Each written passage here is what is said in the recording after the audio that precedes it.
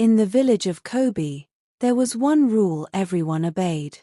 After midnight, never go near the old water tank. Nobody knew exactly how the warning began. Maybe it was an old story. Maybe it was a superstition. Or maybe it was something much worse. Most people followed the rule without question. But one teenager didn't. His name was Brian. And one mistake would change his life forever. Brian was 17 years old. Smart, confident, and convinced that ghosts didn't exist. One Friday evening, he sat around a campfire with his friends after a football match. As flames danced into the night sky, the conversation turned to the old water tank. One friend leaned closer to the fire.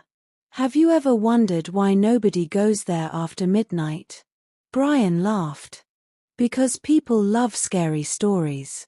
The others exchanged uneasy glances.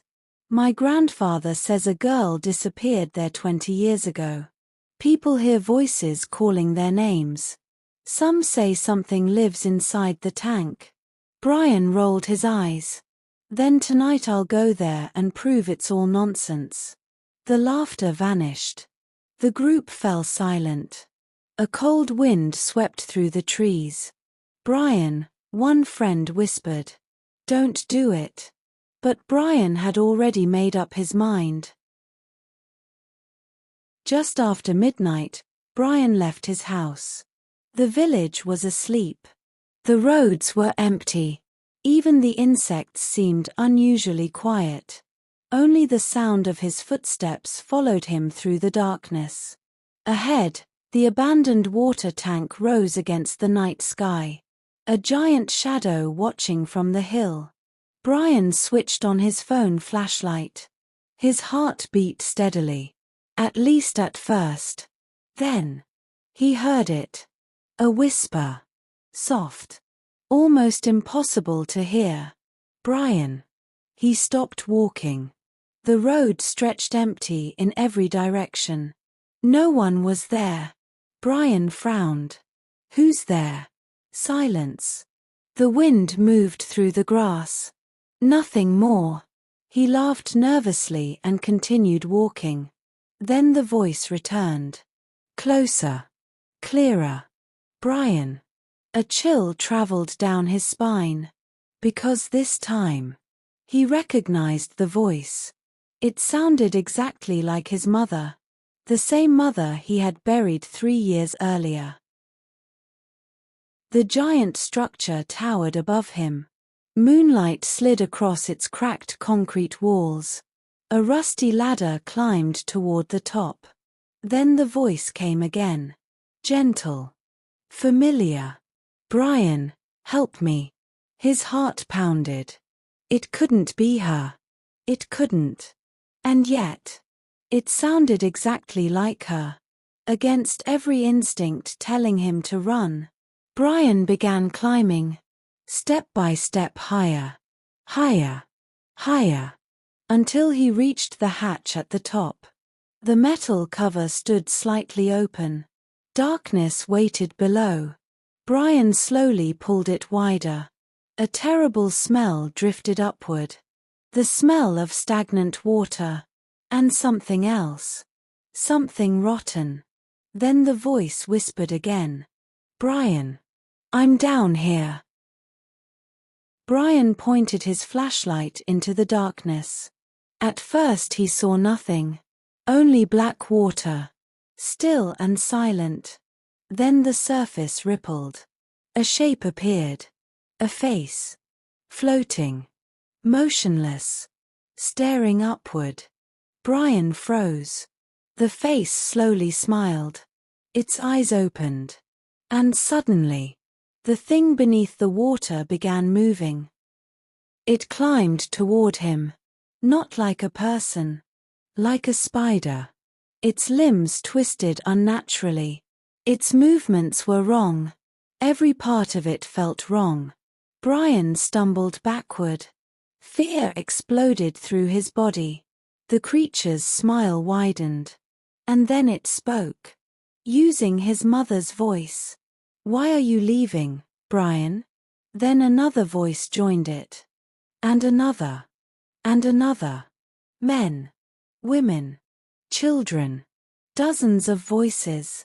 All speaking at once. "Stay with us. Stay.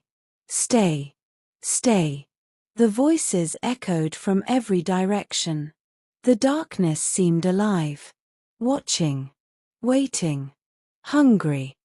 Brian jumped from the final rung and hit the ground hard. Pain shot through his ankle. But fear was stronger than pain. He sprinted across the field. The wind roared in his ears. His lungs burned. Behind him came wet footsteps. Getting closer. Closer. Closer. Then suddenly, silence. Brian turned and ran. He raced toward the ladder. His hands shook. His legs nearly gave out. Behind him came a terrible sound. Something climbing. Fast. Far too fast. The ladder rattled violently. Closer. Closer. Then suddenly, silence. Brian reached home and locked every door, every window, every entrance. He sat awake until sunrise, waiting, listening, praying. Morning finally came, but something had changed. The villagers noticed it immediately. Brian was alive, but he was no longer the same. The confident boy who mocked ghost stories was gone. His eyes carried a fear nobody could explain. And every night, at exactly 12:15, he woke screaming, claiming he could hear voices outside his window, calling his name, begging him to return. Years passed. The old water tank remained abandoned, until one day it was scheduled for demolition. Workers arrived early in the morning. As concrete walls came crashing down, something strange was discovered. Names. Hundreds of names. Scratched into the walls. Some old. Some recent. Rows and rows of names. The workers stared in disbelief. Then one of them noticed something. One name looked fresh, as though it had been carved only hours earlier. The workers moved closer. Their blood ran cold. Because the name belonged to a man who was still alive. A man living in the village. A man named Brian. And beneath the name, a message. 4 chilling words. He came back. If you ever hear a familiar voice calling your name in the darkness, don't answer. And if you ever find yourself standing beside an abandoned water tank after midnight, run before it recognizes you.